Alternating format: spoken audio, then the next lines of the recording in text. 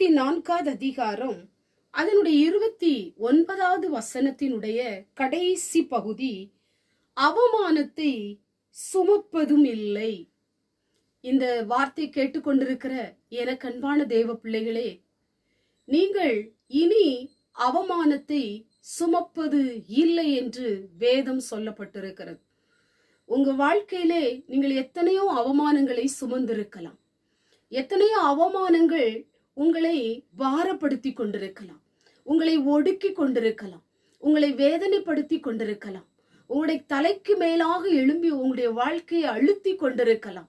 இப்படி நித்தம் அநேக அவமானங்களை சுமந்து போய் சோர்ந்து போய் வாழ்க்கையில நீங்கள் மிகவும் கஷ்டப்பட்ட ஒரு நிலைமையில தள்ளப்பட்டிருக்கலாம். இன்றைக்கு கர்த்தருடைய வார்த்தை சொல்லப்பட்டிருக்கிறது, இனி அவமானத்தை சுமப்பதும் இல்லை என்று.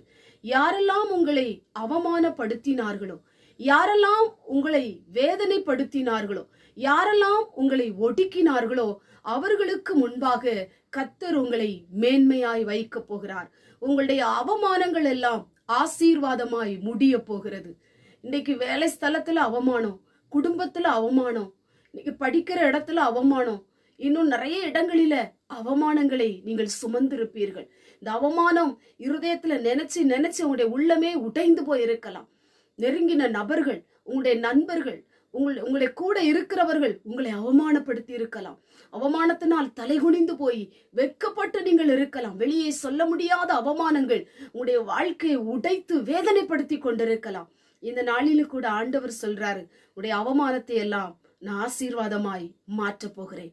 உடைய அவமானங்கள் உங்களுக்கு ஆச்சரியத்தை கொடுக்க போகிறது. உடைய அவமானங்கள் உன்னை மேன்மைப்படுத்த போகிறது. இப்பட்ட அவமானங்கள் எல்லாம் உங்களை கர்த்தர் உயர்வுக்கு நேராய் கர்த்தர் கொண்டு போக போறார். அவமானங்களை வெகுமானமாய் மாற்றுகிற தேவன் உங்களோடு கூட இருக்கிறார். இனி நீங்கள் அவமானத்தை சுமப்பது இல்லை என்று ஆண்டவர் வாக்கு கொடுக்கிறார். கண்களை மூடி ஜெபம் பண்ணுவோம். எங்கள் பரிசுத்தமுள்ள நல்ல பிதாவை, கேட்டதான வசனத்தின் மூலமாய் உடைய பிள்ளைகளுடைய அவமானங்களை எல்லாம் ஆசீர்வாதமாய் மாற்ற போகிற தயவுக்காய் ஸ்தோத்திரம்.